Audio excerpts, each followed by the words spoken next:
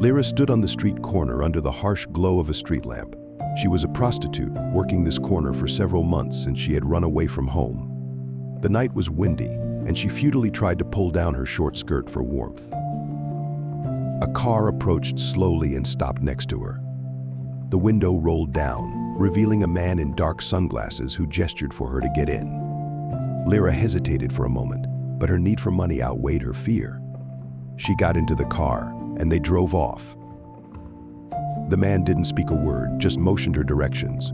They left the city, driving down a deserted road leading into the forest. Lyra's heart pounded harder with every passing mile.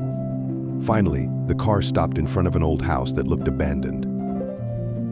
"Here," the man said quietly, his voice as cold as ice. Lyra got out of the car, and the man led her into the house. Inside, it smelled of mold and dampness. They climbed to the second floor, entering a room with a single window. In the corner stood an old bed with a rusty metal frame. "Lie down," the man commanded. Lyra obeyed, feeling fear grip her tightly. The man took a small pouch from his pocket and poured some black powder onto the floor. He began to chant in a language she couldn't understand, and Lyra felt the air around her grow heavy. Suddenly, shadows emerged from the darkness.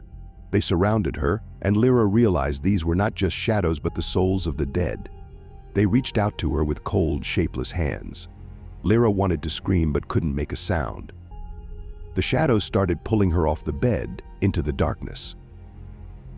The man stood in the corner, watching with a twisted smile on his face. Lyra struggled, but her strength was fading. In her final moments, she saw her hands; they were vanishing, turning into mist. Her soul was leaving her body, becoming part of the shadows. The next day, the police found an empty car near the old house. There was no trace of Lyra, only her purse and scattered money.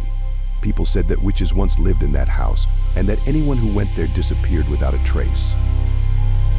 Lyra was never seen again, but at night, passers-by sometimes heard her faint screams echoing from the depths of the forest. The shadows that took her had become her new family, and she remained forever a prisoner of the house that devoured souls.